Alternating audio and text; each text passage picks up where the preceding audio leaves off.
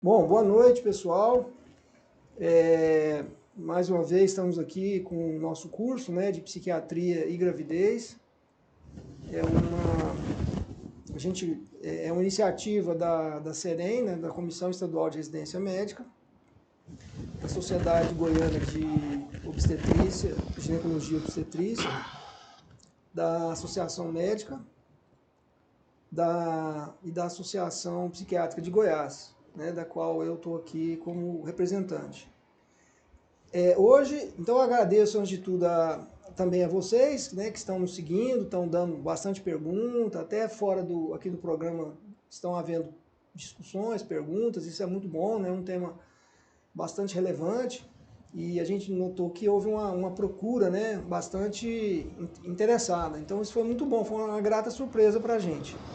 Eu gostaria de agradecer também os idealizadores, coordenadores, né, e os empurradores, os que estão nos estimulando para isso, que são, sobretudo, o professor Tarek Kassem, né, professor lá da UFG, de ginecologia, e o professor Valdemar Neves, do Amaral, também, que presidente da SEREM e também está nos impulsionando para esse curso.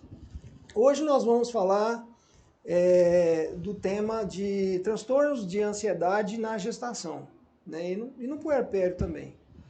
E aí a gente está convidando hoje, a gente gostaria de agradecer em nome da SEREM, da Sociedade né, da Associação Médica, da pessoa do presidente do Dr. Washington e do Dr. Valdemar Tarek, agradecer a sua disponibilidade, Miguel, né, para nos falar sobre o tema. O Dr. Miguel, ele é médico, ele é especialista em psiquiatria, ele fez residência em psiquiatria no Hospital Asmigo e também é especialista, ele tem o R4, né, especialista em psiquiatria geriátrica, pelo convênio que existe entre a Universidade Federal e o Hospital Asmigo. E ele vai nos falar hoje, é um excelente profissional, ele tem um consultório dele particular no Hospital Asmigo, é psicoterapeuta e desenvolve um trabalho excelente, muito bom de clínica. Foi um residente que nos deu muito prazer, assim, em termos de... porque ele é exímio em clínica, trabalhou muitos anos em hospitais clínicos, então ele é um clínico geral, assim, clínica médica é com ele mesmo, né, tem um conhecimento exímio, foi um excelente residente, psiquiatra, de psiquiatria, né, com todas saiu de lá com todas as laudas, né, possíveis. E então vamos ouvi-lo. Mais uma vez agradecemos a sua disponibilidade, vir nas férias, você estava de férias, veio de férias para dar essa aula. Tá? Muito obrigado. Muito obrigado, doutor Marcelo. Uma grande satisfação, né?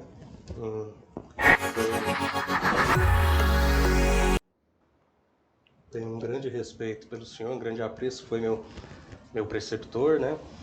Obrigado ao doutor Tarek, que também foi um grande professor quando eu estava na graduação, e a todos envolvidos por esse curso que nos enriquece em conhecimento. Boa noite a todos. Só uma licencinha, eu esqueci de agradecer o nosso chefe aqui, o chefe maior, Maurício Vigiano, que é o chefe aqui do Neto, que é o chefe aqui. Aqui é setor de audiovisual, de quê? Como é que chama aqui, Maurício? Aqui é o estúdio da Associação Médica. É o diretor aqui do estúdio da Associação Médica, muito competente, muito simpático, e que está organizando a parte operacional toda do curso, fazendo toda a parte de informática, de redes sociais, um trabalho maravilhoso. Muito obrigado, Maurício. Então vamos lá, desculpa aí interromper, mas é que eu tinha de agradecer também ao Maurício. Podemos começar, doutor? Podemos sim.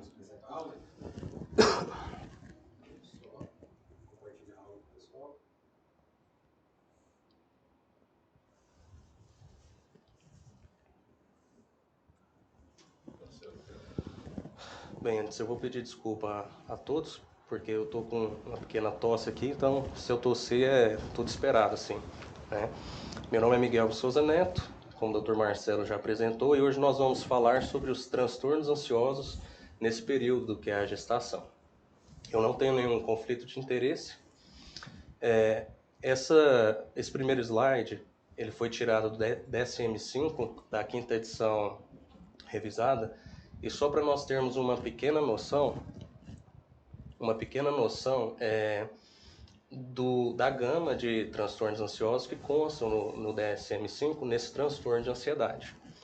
Obviamente não teremos tempo para abordar todos, mas é importante nós termos a percepção de que a ansiedade ela é um sentimento com relação assim, a um possível evento que cause uma ameaça. Então, é um sentimento antecipatório e tanto a ansiedade como o medo, elas são essenciais para a nossa sobrevivência, para a adaptação, para situações em que há mudanças. E a ansiedade ela é tanto um transtorno psiquiátrico, ela pode ser uma patologia psiquiátrica, mas também ela pode ser uma sintomatologia de alguma outra patologia, tanto as psiquiátricas quanto patologias clínicas, por exemplo, o hipertiroidismo, uma crise tireotóxica, o paciente pode sentir uma ansiedade. Durante um ataque à arritmia, esse paciente pode ter também ansiedade.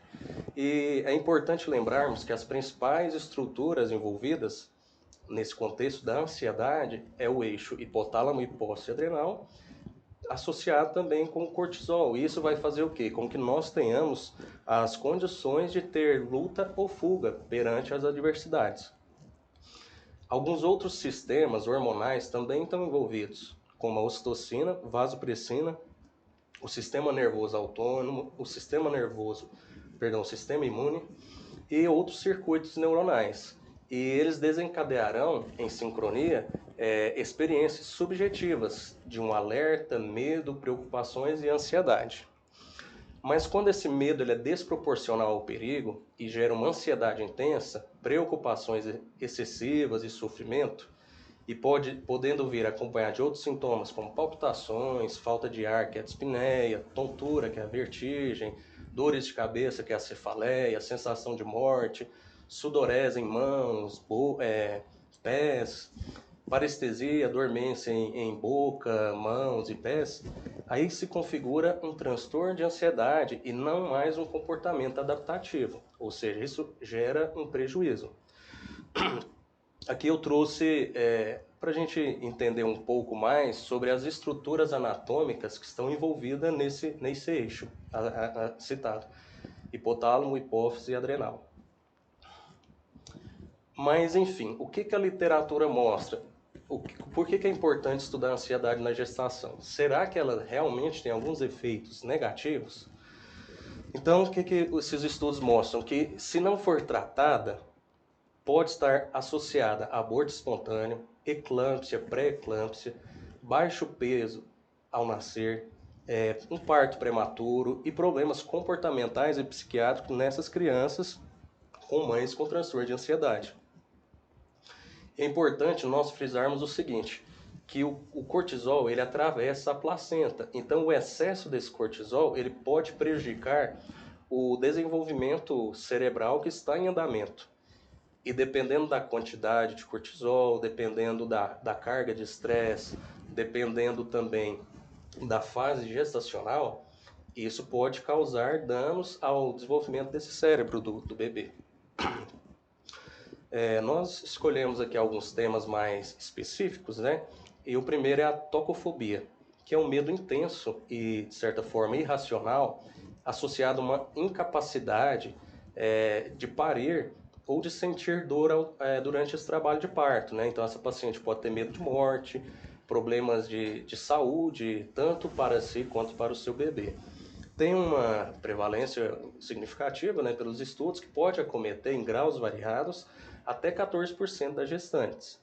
E isso vai aumentar o risco de que essa paciente tenha um nível maior de dor durante o parto e que aumente o tempo de trabalho do parto. Também que aumente a incidência de depressão pós-parto, transtorno de estresse pós-traumático e que enfraqueça, empobreça o vínculo dessa mãe com esse bebê. Os tratamentos, né, a respeito da tocofobia, eles giram em torno de uma psicoterapia, psicoeducação e, nos casos mais graves, avaliar também a necessidade de psicofármacos. O transtorno de ansiedade generalizado, o TAG, ele vai ser definido como sintomas praticamente diários na vida dessa gestante, com uma duração de pelo menos 6 meses. E geralmente está associada a uma inquietação, sensação de fadiga, dificuldade de atenção, de concentração. As pacientes tendem a ficar irritadas, com tensões musculares e muitas delas, com bastante frequência, terão perturbações do sono. A serotonina ela vai ser o principal modulador da ansiedade, de modo que durante o período do periparto, o estrogênio e a progesterona eles vão ter alterações em seus níveis séricos. E essas alterações tendem a baixar serotonina e isso pode desregular esse sistema serotoninérgico, desencadeando os transtornos de ansiedade. Acomete geralmente entre 2% e 6% e tem uma tendência a cronificar. Nos casos mais leves, então, serão uma terapia cognitivo-comportamental. Nos casos mais graves, a gente elege os inibidores seletivos da recaptação de serotonina, os tricíclicos, porém, com algumas ressalvas, porque esses tendem a ter maiores efeitos colaterais. E algumas alternativas, benzodiazepínicos, mas com as ressalvas de depressão respiratória, hipotonia, e um que não tem contraindicação e que é muito seguro, aliás, que é muito seguro na gestação, seria a buspirona. O transtorno do pânico, ele vai ser caracterizado de ansiedade em vários episódios distintos. E ele tende a ter um início súbito, uma intensa apreensão, um temor ou um terror associado a um sentimento de que vai acontecer uma catástrofe iminente.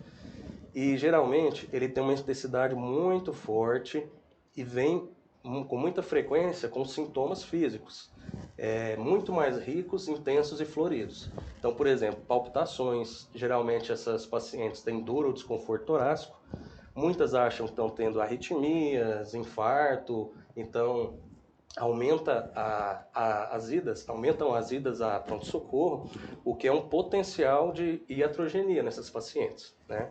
Também podem ter sensação de sufocamento, sensações de ondas de frio e calor pelo corpo, as tonturas, vertigem e as dormências, que são as parestesias, muito comum na face, na boca, nas mãos e nas pernas, né? Um dado que é importante, né, é que temos que ter uma preocupação com relação ao transtorno do pânico, porque o paciente muitas vezes vai ficar refém desse sintoma, né? Ele vai ter o quê? Uma preocupação em ter outras crises, outros ataques de pânico e as consequências desses ataques. Então isso vai reverberar nele, né? Então é um transtorno que às vezes é um pouco mais difícil de manejo e que é necessário o tratamento. Acomete cerca de 2% das pacientes gestantes e o tratamento vai ser idêntico ao TAG, mas nesse caso específico, nós temos assim, uma necessidade de muitas vezes usar um benzodiazepínico por ter uma resposta mais rápida, até que o ansiolítico, o inibidor seletivo de recaptação de serotonina faça efeito. Quando eu falo o mesmo que o TAG, as psicoterapias, principalmente linha cognitivo-comportamental, e o tratamento farmacológico, né, já citado. O transtorno de estresse pós-traumático, o TEPT, ele vai ocorrer quando essa gestante for exposta a um evento traumático. E em sequência ela vai ter revivências desse trauma, vai ter uma esquiva, né, vai se esquivar desse assunto e tudo mais, e uma hiperexcitabilidade, ou seja, qualquer situação como imagens, lembranças, diálogos, alguma percepção que se assemelhe com aquele evento, um pensamento que venha, sonhos, assuntos, isso pode ser um gatilho para deflagrar uma crise de ansiedade por conta desse TEPT. Geralmente a frequência é entre 1 a 6%, né, nessas gestantes que sofreram um evento traumático, um parto traumático. E os tratamentos propostos, né, vão ter técnicas de relaxamento, psicoterapia, terapia de exposição, cognitivo-comportamental. Nos casos mais intensos, o psicofarmacológico, o tratamento vai ser também idêntico ao TAG e à transtorno de ansiedade generalizada e ao transtorno do pânico. O TOC, que é o transtorno obsessivo compulsivo, ele vai ser caracterizado pela presença de obsessões e compulsões. Elas tendem a ser recorrentes e graves, ou seja, elas vão ocupar grande parte do tempo dessa paciente, né? Para diagnosticarmos, então tem que ser obsessões e compulsões que ocupam pelo menos 1 hora por dia da paciente. E vai vir ali com comportamentos anormais, muitas vezes bizarros, com sofrimento e um prejuízo funcional significativo, tanto para a paciente, mas também para o familiar, que muitas vezes vai ficar refém ou ter que se adaptar ou moldar aquele comportamento bizarro, muitas vezes estereotipado das pacientes, né? A definição dessas obsessões, elas se caracterizam por pensamentos ou ideias, impulsos, imagens, cenas que vão invadir a consciência de forma involuntária e essas pacientes não conseguem combater essas invasões, essas intrusões, né? E são repetitivas, são persistentes e estereotipadas, assim, muitas vezes anormais, totalmente fora do padrão. As compulsões, elas tendem a ter o quê? Comportamentos ou atos mentais que vão levar a pessoa a executar o que vem da obsessão. Então, vão executar aquela obsessão. E elas tendem a ter o quê? Uma regra muito rígida para fazer essa execução. Então, assim, olha, eu tenho que fazer isso, porque se eu não fizer determinada coisa, pode acontecer uma catástrofe muito grande. Então, eu vou fazer um comportamento X para dar uma amenizada na situação que a obsessão me coloca, né? E assim, o puerpério, ele pode ser um gatilho, né? Um deflagrador para surgir o TOC, o transtorno obsessivo compulsivo.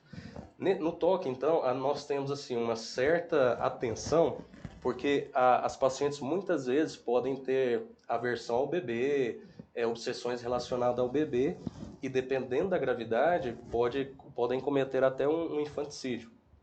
E no TOC especificamente, nós podemos usar clomipramina, mas ela pode ter assim, alguns efeitos colaterais, né, indesejáveis. Então, uma outra linha seria os inibidores seletivos da recaptação de serotonina, assim como o benzodiazepínico, mas com ressalvas também. Mas e os demais transtornos psiquiátricos, né? Os demais transtornos de ansiedade ou transtornos que cursam com sintomas de ansiedade? Então, agorafobia, fobia específica, transtorno de ansiedade social, que é a fobia social, transtornos do humor, principalmente o transtorno bipolar, transtornos alimentares, pacientes com espectro autista que possam ter engravidado, esquizofrenia, acatesia, que é um sintoma extrapiramidal muito comum, como um efeito colateral de algumas medicações, né, dentre outras possibilidades. O que é importante nós termos aqui, né, nesse conceito? Que, primeiro, se for alguma coisa muito grave, a gente não pode deixar de avaliar uma internação, né?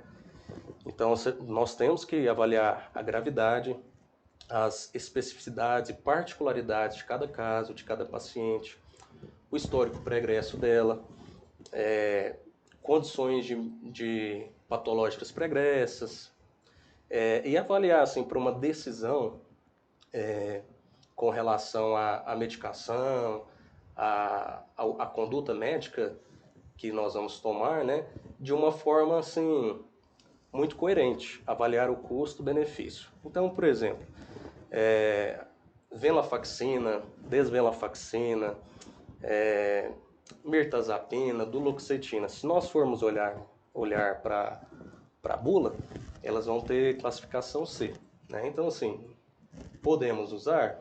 Podemos, mas assim, com ressalvas. Se formos olhar a bupropiona D, então teria uma contraindicação, assim, a princípio, né? Porque ela poderia estar relacionada a uma formação fetal. Se a gente for pegar um pouquinho da aula do Dr. Yuri, Dr. Alexandre, formos olhar os anticonvulsivantes, que tem um papel estabilizador do humor. Então, se nós formos olhar lamotrigina, divalproato, lítio, então nós não poderíamos usar, mas vão existir alguns casos em que são tão graves que a gente vai avaliar o custo-benefício, porque para o feto nascer, a mãe precisa estar viva. Isso é uma coisa que nós temos que ter em mente.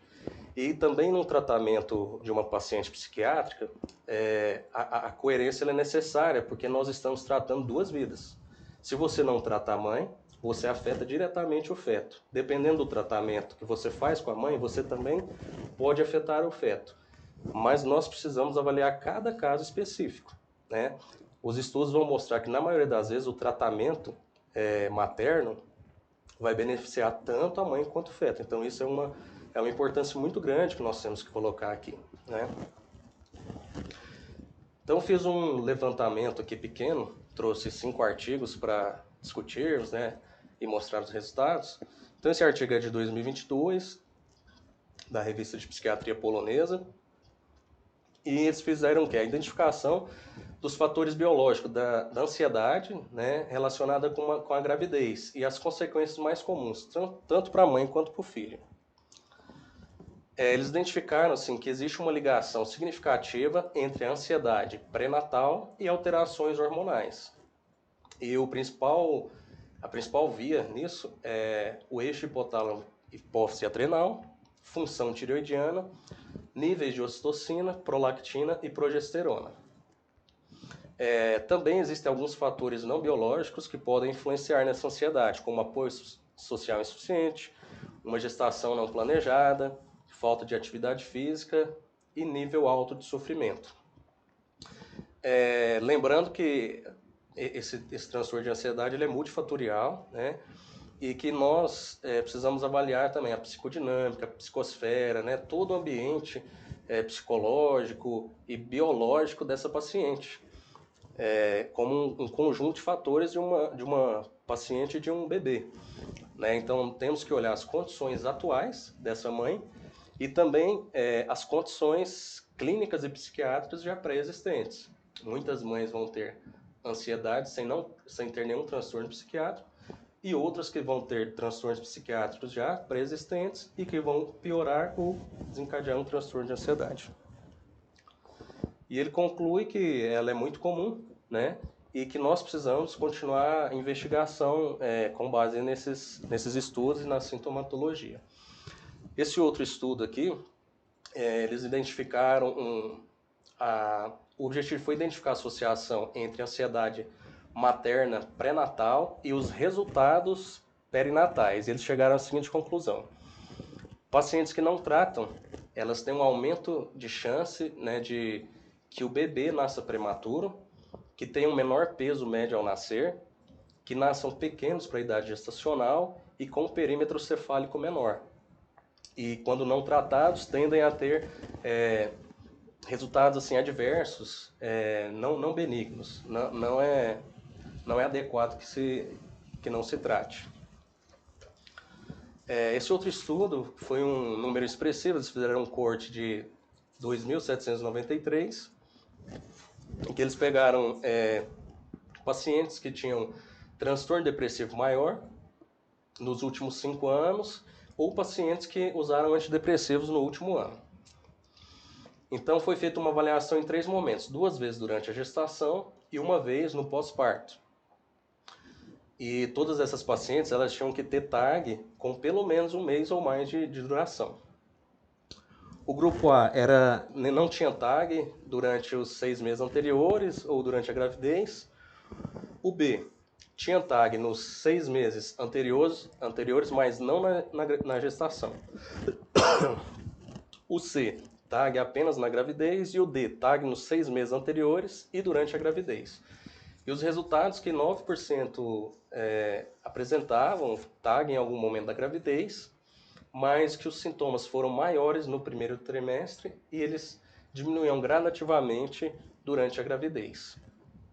E eles concluíram também que é importante a gente identificar isso precocemente para proporcionar um tratamento psiquiátrico adequado e de modo que nós vamos mudar o desfecho tanto da mãe quanto do bebê.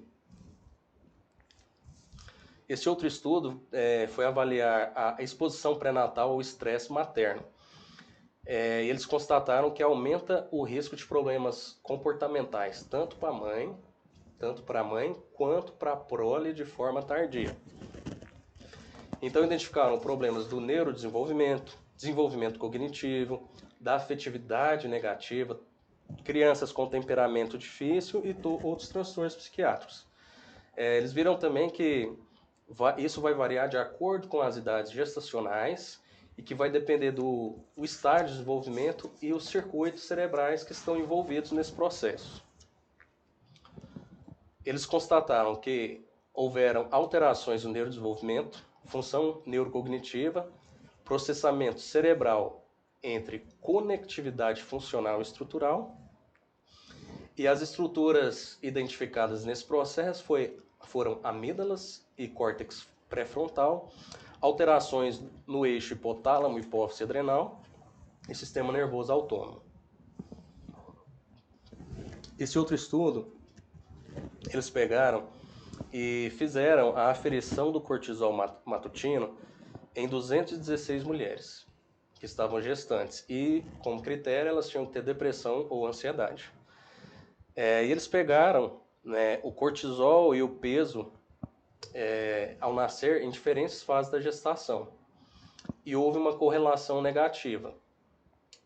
Quanto o nível de ansiedade e o peso ao nascer no primeiro trimestre, né, com relação ao cortisol alto, o peso ao nascer quando o cortisol estava alto, o peso ao nascer, quando aferido no primeiro e no segundo trimestre, ele tendia a ser menor, então peso, tamanho, perímetro cefálico.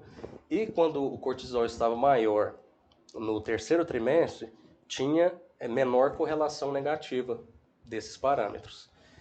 Então eles concluíram que assim, existe uma necessidade muito grande de nós reduzirmos a ansiedade materna, principalmente nos casos graves, né? Mas que é importante, né, em todas as fases da gravidez. Essas são as minhas referências bibliográficas. Meu muito obrigado a todos. Doutor, tem uma pergunta aqui que foi feita pelo Raul Oliveira. Deixa eu abrir ela aqui.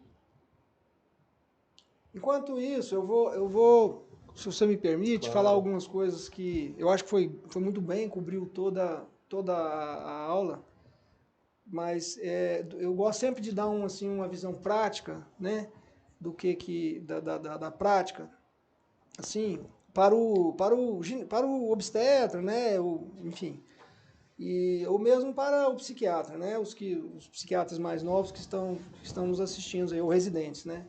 Então, assim, uma coisa é importante a gente saber, como o Dr. Miguel colocou, que os níveis de ansiedade, eles são muito deletérios, né, conforme o nível de ansiedade. E a gente tem medicações relativamente seguras, não é isso, Miguel? Isso. Então, por exemplo, os serotoninérgicos, eles são relativamente seguros em termos de teratologia. Tem alguns estudos aí sobre a paroxetina, má formação cardíaca com paroxetina, mas não foram muito consistentes, né? Os demais não têm grandes problemas em relação à teratogenia, má formação, né? Mesmo os triciclos, em termos de má formação, não são graves nesse ponto. Eles são mais graves em termos assim, de anticolinérgico, né, de pressão, essas coisas, né? Então, assim, são medicações relativamente seguras. Os benzodiazepínicos devem ser evitados, sobretudo durante o primeiro trimestre, porque eles, como eu já falei nas outras aulas, eles estão relacionados a hipofolatemia, né? Eles diminuem o folato, e o folato é muito importante no fechamento neural da notocorda, do arco neural. Então, ele pode dar problemas do eixo médio, inclusive malformações orofaciais, sobretudo no primeiro trimestre, que deve ser evitado. Agora, os serotoninérgicos devem ser evitados tanto quanto possível no final da gestação, nos dias ou semana antes da gestação, antes do parto, aliás, desculpa. E depois do parto ele pode ser retomado, né?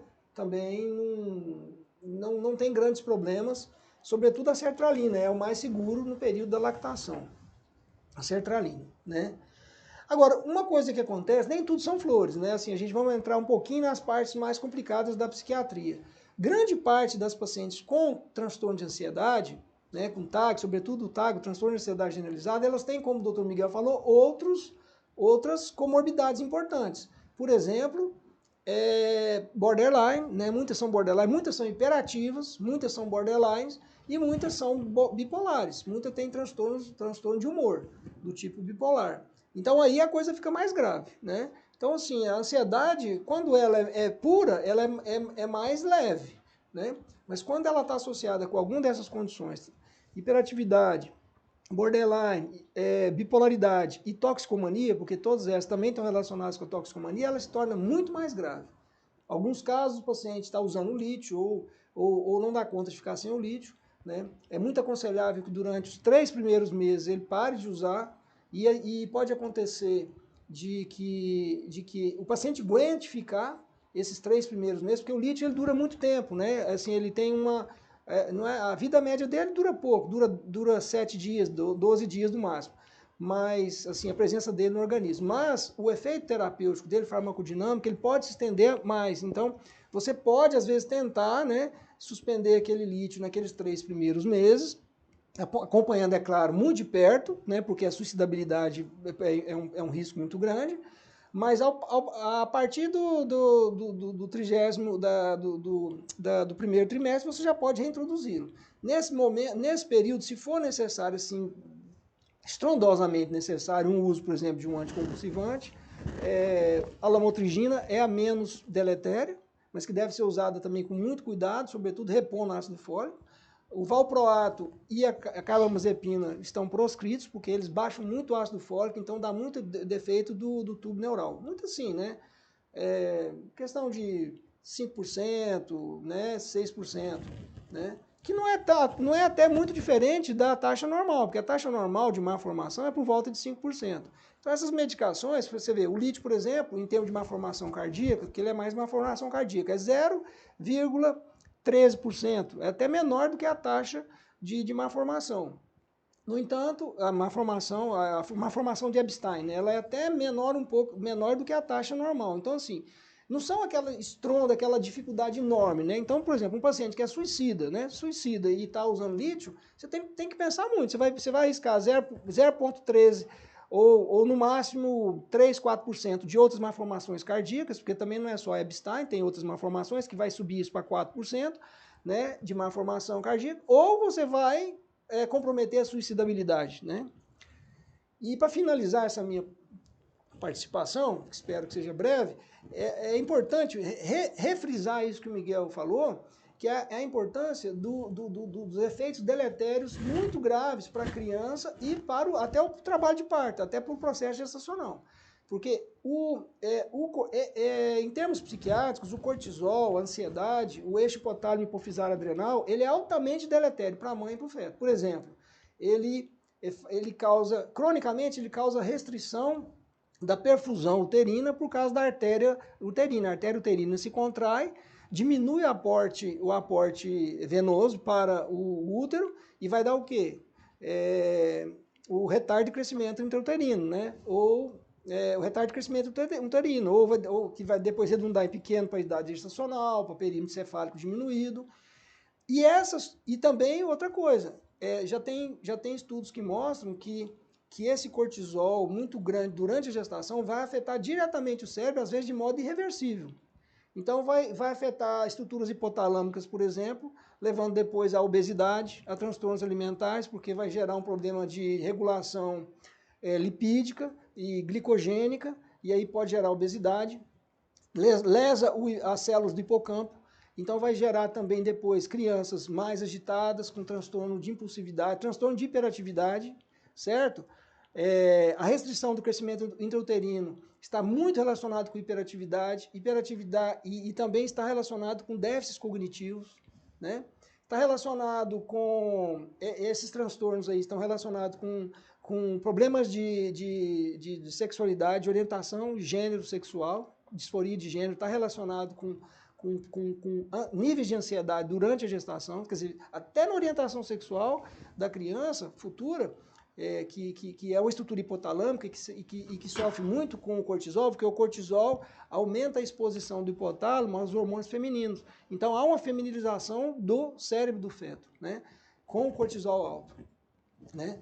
Então, é uma situação muito grave que tem que ser acompanhada com muita atenção. Não sei se eu falei alguma coisa Não, falou muito bem, que... né? E alguns estudos até mostram que o hipotálamo masculino e feminino tem uma espessura diferente, né? diferente. E que a exposição ao cortisol nesse sentido, relacionada aos homens, teria um afilamento desse hipotálamo. Diminui, né, o volume, né? O volume hipotalâmico, né? Se aproxima mais do feminino, Se né? aproxima mais do feminino. Fora, então, assim, transtornos cognitivos, como o Miguel já falou, transtornos de hiperatividade, né?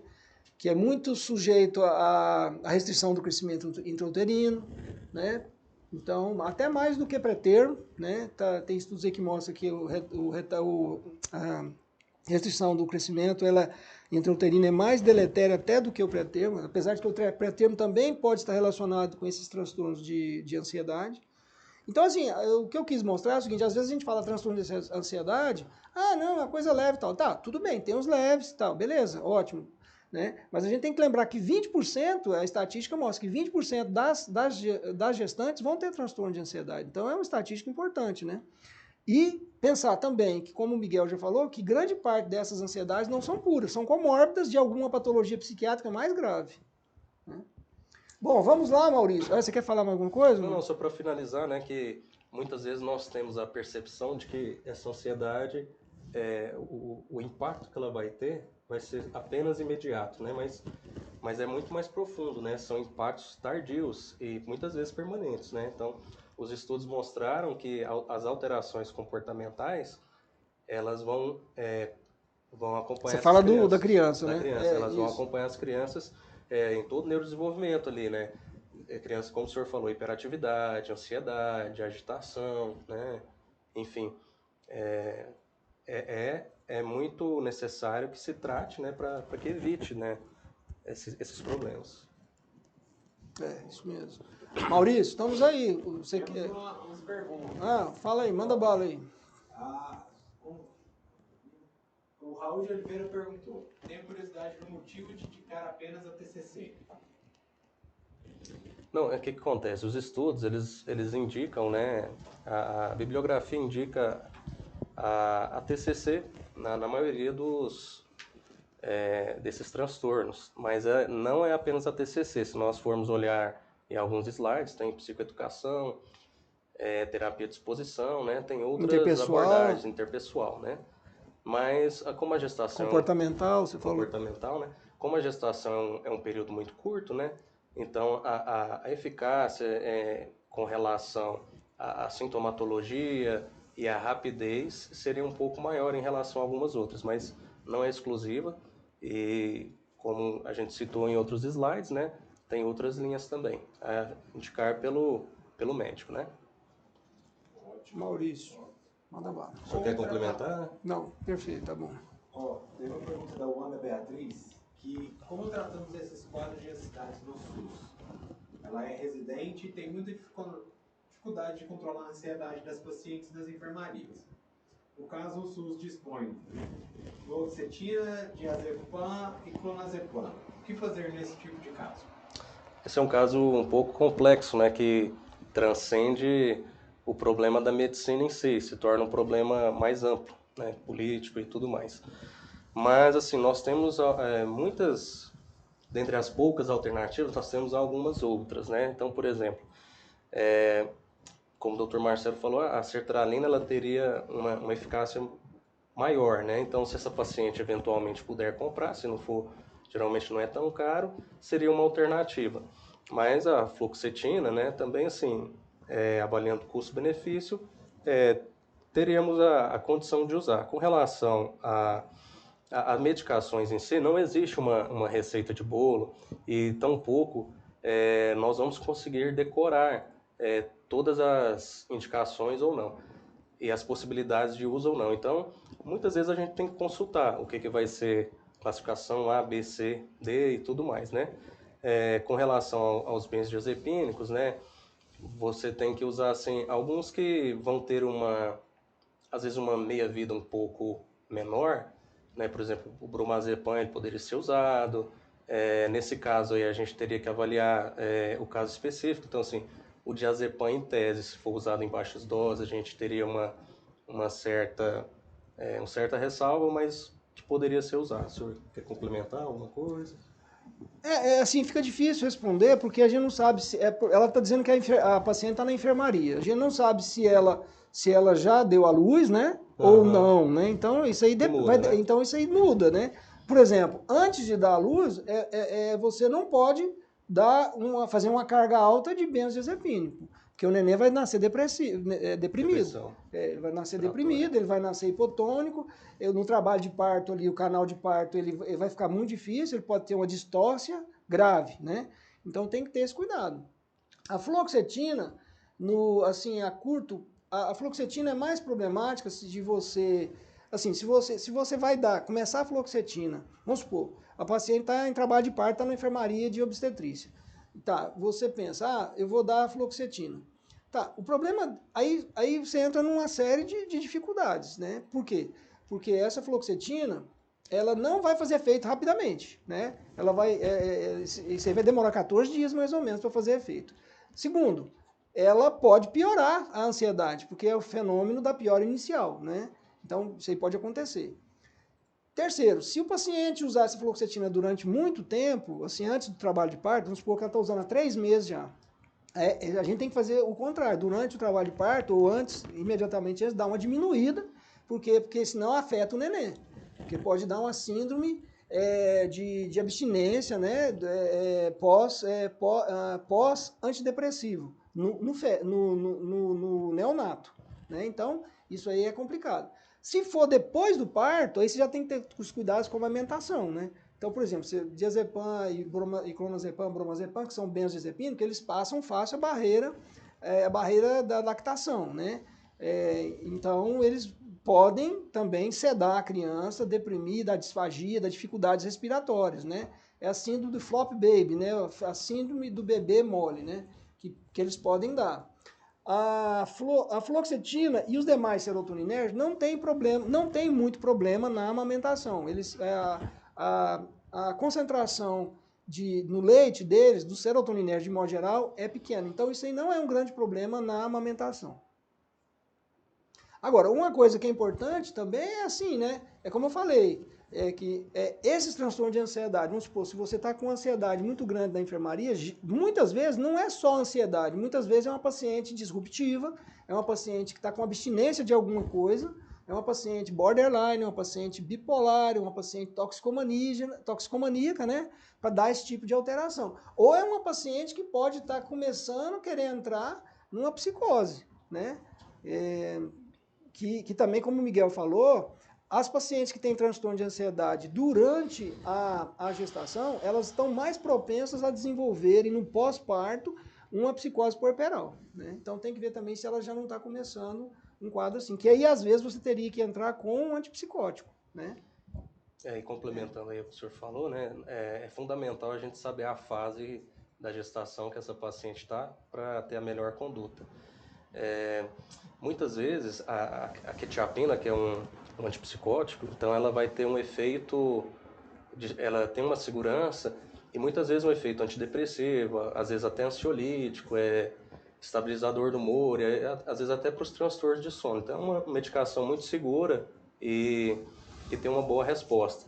Nos casos mais graves, né, como o Dr. Marcelo mencionou, então assim, pacientes que estão psicóticas, pré-psicóticas, que estão tendo assim, às vezes uma refratariedade, às vezes a gente tem que analisar também a indicação de um antipsicótico, então quetiapina, risperidona, olanzapina, aloperidol, clorpromazina, eles se mostram um pouco mais seguros nesse sentido, né? Estendendo um pouquinho aí a questão dos antipsicóticos. Né? Você lembrou bem, você foi bem lembrado a questão da quetiapina. A quetiapina o Miguel lembrou muito bem, eu tinha esquecido, mas ela é uma boa indicação, porque ela é relativamente segura na gestação e, como o Miguel falou, ela pega um vasto espectro aí de ansiólise, de antidepressivo e tal, então é uma boa opção. Como se fosse um coringa, né? E ela é relativamente segura, né? Maurição, manda bala.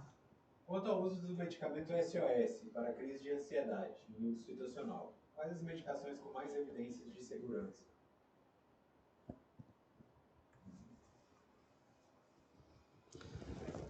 essa pergunta ela é um pouco ampla, né? Porque se a gente for olhar a aula do Dr. Yuri, ele abordou muito bem essa gama de medicações, né? Eu, particularmente, eu não me recordo assim de cabeça medicação por medicação, né? O que a gente pode fazer geralmente é ter uma consulta, então identificar quais são as medicações com potencial de uso SOS e ver ele individualmente, assim, não sei se o senhor concorda, o senhor quer especificar ou se a gente deixa para essa pergunta para a última aula, que seria a reunião de todas as Mas perguntas. eu acho que dá pra. Não, porque ela citou assim, uma ansiedade situacional. Não, você pode dar benzo, né? Você pode dar benzo. O risco do benzo, mesmo no primeiro trimestre, é um uso prolongado. Porque o que você vai fazer? Você vai interferir no ciclo do folato e vai ser deletério para a formação do tubo neural, né? Então, assim, mas assim, situacionalmente você pode usar benzo, não vejo problema, né? Já mais no periparto, né? No período perinatal, aí sim você tem que tomar cuidado com doses altas de benzo, né? Isso é uma preocupação que você tem que ter, porque o neném vai nascer deprimido, depressão respiratória.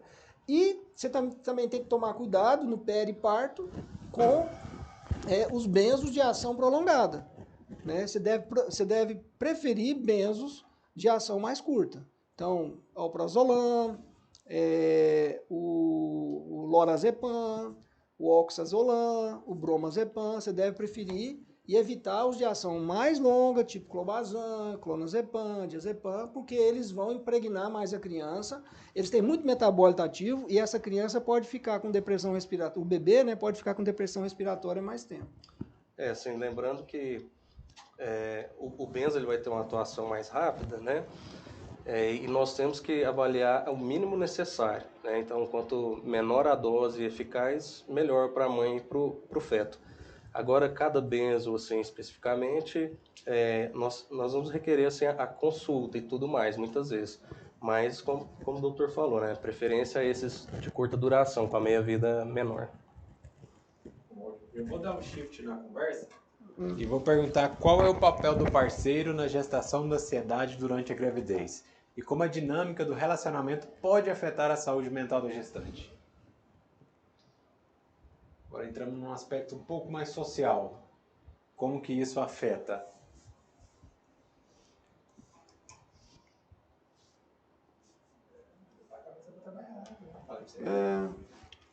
Existe alguma Você quer responder? Teve aquele estudo, se não me engano, o segundo ou o terceiro que eu coloquei, né? Em que ele destrinchava que as gestantes que tinham, assim, aprofundando agora o estudo, as gestantes que ela tinha uma situação de vida e de afeto um pouco mais complicadas, elas tinham assim, um desfecho mais negativo, né?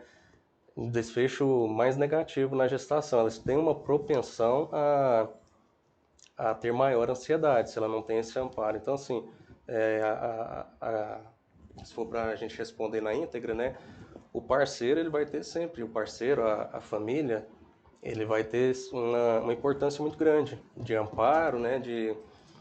De apoio a essa gestante, né? Isso é muito importante. E com relação à dinâmica desse relacionamento, né? Se for um relacionamento saudável, ele vai reforçar positivamente a saúde da paciente, né? Agora, se for um relacionamento que tenha disfunção, muitas vezes ou o parceiro ou a própria gestante, eles têm alguma patologia grave, né? Ou bipolar, ou hiperativo, ou antissocial, isso tende a ser deletério. Comentário, doutor? Não, acho que tá bom, tá perfeito. Ótimo, né? Uhum. Entrando na questão de quais são as considerações éticas ao conduzir pesquisas sobre ansiedade na gravidez, especialmente quando se envolve gestantes como participantes? Eu não sei responder, sinceramente. Eu acho que essa aí seria uma pergunta mais para obstetra, né? Vamos esperar o Tarek, então, né? Essa aí tá faltando o Tarek. Eu não seria. Agora, essa ali, quais estratégias podem ser implementadas para prevenção primária da ansiedade, né? Durante a gravidez? Eu acho que tem que ser feito uma anamnese bastante interessante, importante, para identificar eventuais situações, né? A paciente é depressiva ou não? Já teve ansiedade ou não? Já teve toque, transtorno obsessivo ou não? Já teve pânico ou não? Ela usa algum tipo de substância psicoativa, ou seja, tem toxicomania, é borderline, tem transtorno bipolar, usa lítio, usa medicações pesadas, já usou medicação antes. Então tem que haver um preparo muito bom nesse sentido, né? O papel psicoterápico também do obstetra é muito importante, dizendo que é um período maravilhoso na vida dela, que ela está albergando uma nova vida, né? Fortalecer, ajudar. E aí, complementando o que o Miguel falou, uma coisa, Miguel, que me chamava muita atenção, eu trabalhei muito tempo em maternidade, porque naquela época a gente era obrigado. Teve um diretor lá que obrigou a gente a ficar 2 anos na maternidade. Ele era obstetra, falou assim, não, vocês têm que fazer o curso de vocês, internato todinho na maternidade. Então eu fiquei 2 anos na maternidade. Foi ótimo, foi uma experiência muito boa, né? Assim, até do ponto de vista psiquiátrico, porque uma das coisas que me chamou a atenção, porque era uma maternidade pública, né? E depois eu tive a oportunidade de trabalhar também em uma maternidade privada. Me chamava muita atenção o nível de emoção expressa, era muito alto na maternidade pública, sabe?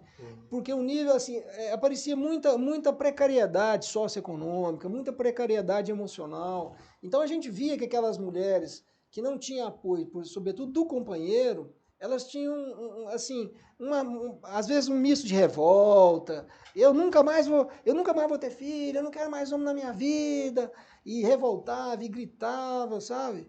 Uma emoção expressa muito alta, até com um nível assim de agressividade, então a gente notava que tinha ali um problema, né, dinâmico familiar, quer dizer, não tinha aquele apoio da família, porque muitas vezes estavam ali sozinhas, não tinha o apoio do marido, muitas vezes não eram famílias não nucleares.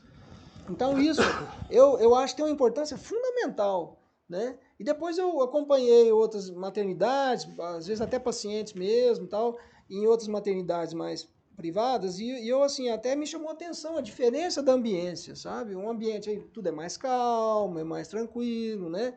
Ali parece que a mãe está curtindo, você está me entendendo? Ela está curtindo.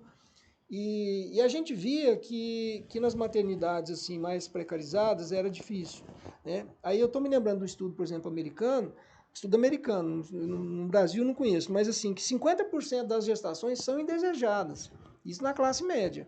E na classe mais pauperizada, isso aí sobe para 70%. Quer dizer, então se você tem uma gestação não desejada, né, é claro que aquilo ali vai influenciar na dinâmica da gestação. Então a gente sabe que vai aumentar a hiperemese gravídica, né? As mães que não têm uma aceitação, as gravidezes não planejadas, elas vão ter mais hiperemese gravídica, elas vão ter mais sintomas puerperais, elas vão ter mais trabalho de parto complicado. Isso aí é bem definido estatisticamente. Bom. Para a gente finalizar, uma última pergunta: como realizar o desmame de forma segura dos inibidores de recaptação de serotonina no periparto? Ou existe a possibilidade de suspensão direta sem desmame? Acho que essa é mais para o ginecologista, não? Não é para nós mesmo. Então boa sorte. E isso é muito individual, né? Se você tiver uma possibilidade de fazer um desmame um pouco mais programado, né? Isso vale tanto para os inibidores da recaptação de serotonina quanto os antipsicóticos, né? Então, você pode fazer ali um desmame em torno de 10 a 15 dias. Agora, a depender da situação, né, você não vai conseguir fazer isso. Se for um parto prematuro, algo que não foi ali programado, né? Ou então, se você tem alguma condição clínica em que seja desfavorável o uso da medicação, uma síndrome serotoninérgica ou então algum problema nesse sentido, né? Então você teria que fazer um desmame, mas vai depender do caso, né? Mas de forma segura em si seria ali em torno de 10 a 15 dias, a depender da medicação, né? Se for um dual, por exemplo, aí o desmame ele tem que ser um pouco mais lento porque tende a dar efeitos psiquiátricos mais severos na mãe. O senhor quer complementar? É importante a gente saber assim que primeiro, né, os serotoninérgicos, eles são diferentes, né? Por exemplo, a sua farmacocinética é diferente. Então, por exemplo, se você for planejar um desmame, primeiro que esse desmame você tem que tentar fazer só naqueles casos de dose alta de medicação. De dose alta de medicação que vão depois para o neonato, né? Recém-nascido. Então, se for uma dose relativamente baixa, vamos dizer assim, vamos comparar, sertralina. Se for uma dose aí de 50 miligramas de sertralina, você não vai ter grandes preocupações e tal. Agora, se for lá 200 miligramas de sertralina, já é outra história. Então, assim, você tem que ver primeiro a dose, né? Segundo, você tem que ver a molécula que você está trabalhando. Se for, por exemplo, repetindo, sertralina, ou paroxetina, ou escitalopram, né? Você pode parar, assim, planejar a parada daquela medicação 1 dia, 2 dias antes do parto, certo? Aí os níveis vão cair, não vão cair totalmente, porque são medicações que têm uma vida média longa. Eles têm metabólito ativo, por exemplo, citalopram, o metabólito ativo dele é o escitalopram, dura muito tempo na coisa. Mas esses aí, tirando a fluoxetina, você pode parar 2 dias antes, né, do trabalho de parto, certo? Que aí o bebê não vai ter grandes repercussões. Já se for fluoxetina, você já tem que parar geralmente 1 semana antes, se a dose for alta, porque vai durar mais tempo e vai afetar o bebê. Outra coisa, o serotoninérgico, ele não é um grande, igual o Miguel falou, os duais, né, os noradrenérgicos, dopaminérgicos, a abstinência deles é mais grave e mais séria. Mas esses serotoninérgicos, a abstinência dele não é tão grave porque ela é mais lenta, né? Então não é grande problema você parar, não é grande problema para a mãe, né? Você parar 2 dias com o serotoninérgico, 2 dias antes do parto, exceto a fluoxetina, né? E você retomar esse serotoninérgico logo depois do parto, porque, como eu já falei, os serotoninérgicos, ainda bem, não oferecem problemas no aleitamento. Então, assim, não é um grande problema essa questão aí. Os maiores problemas de desmame, como eu já falei, são com medicações mais pesadas e no primeiro trimestre. Então, você vai ter grandes problemas, aí necessariamente você vai precisar de um psiquiatra com lítio, né, com antipsicóticos e com anticonvulsivantes. Ou com benzo, né? Esses aí, no início da gestação, você vai ter problema, né, no primeiro trimestre. Então, esse aí tem que ter um respaldo psiquiátrico mais adequado para evitar um desfecho pior, né, para o feto, né. Mais alguma coisa, Maurício? Só o Raul aqui comentou que ele leu um estudo que trabalhava com o aspecto de toque grave, ao que causa pequenos problemas sociais, mas são controlados. Nesse caso, dentro do período da gravidez, há a possibilidade de amplificação dos sintomas ou aquisição de transtornos comórbidos? Transtornos comórbidos. De transtornos comórbidos.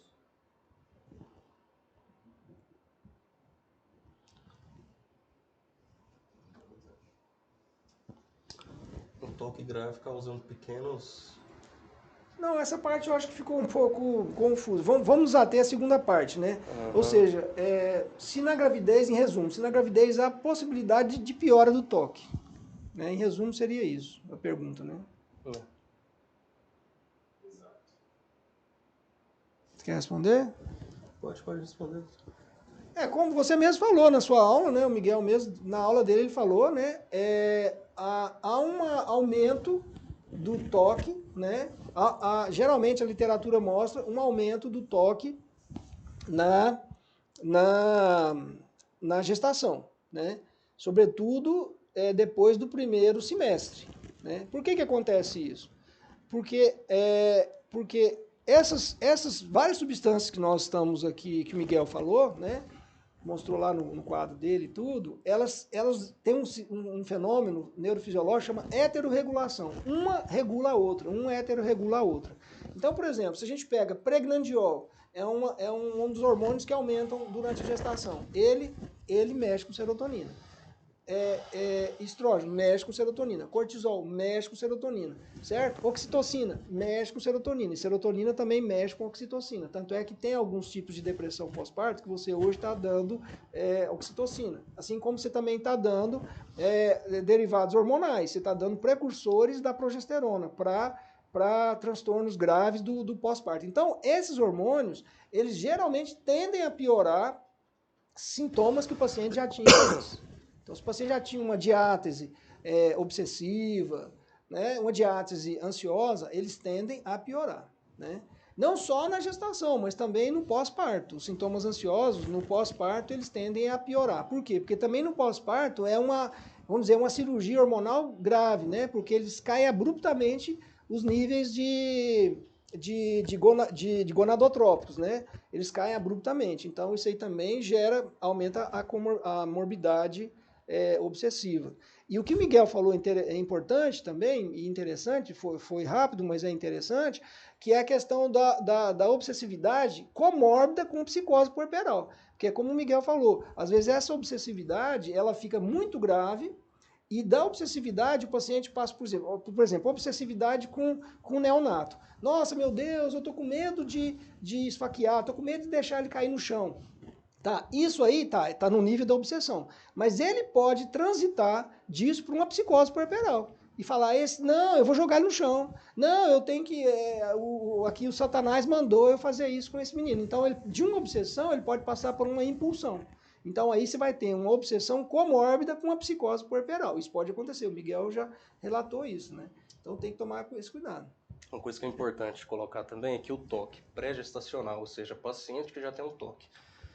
Sabemos que o mecanismo serotoninérgico ele está intimamente ligado ao toque, tanto que um dos tratamentos é você dar inibidor seletivo da recaptação de serotonina. Nesse sentido, quando uma paciente com toque, ela está gestante, o que vai acontecer? Nesses primeiros trimestres vão ter algumas oscilações hormonais, né? Principalmente estrógeno e progesterona, o que vai potencializar pode potencializar os sintomas de obsessões e compulsões. E aí, no decorrer dessa gestação, essas flutuações também podem agravar, mas o que é preponderal e muito importante que o Dr. Marcelo falou é o seguinte: quando vai ter o parto, você tem a placenta intimamente conectada com o útero. Existe uma ruptura abrupta, né, da placenta com o útero, ou seja, aquela estrutura mãe-feto ela é rompida. E as alterações hormonais que vão ocorrer, principalmente uma queda do estrogênio, vão desencadear uma queda muito abrupta da serotonina, que pode potencializar esses sintomas do toque, né? E também é uma das causas da depressão pós-parto, da psicose puerperal e daquela transição não patológica do blues puerperal, né? Que tende a resolver em dias ou semanas. Então, esse mecanismo está intimamente ligado. Mas essa parte vai ficar para a próxima aula com o Dr. Vitor Cacheta, não é isso, doutor? Nós não vamos adentrar muito, não. Podemos encerrar? Então, mais uma vez, agradeço ao Miguel. Muito obrigado. Muito obrigado, excelente aula. Miguel mostrou seu conhecimento profundo e estudioso, né?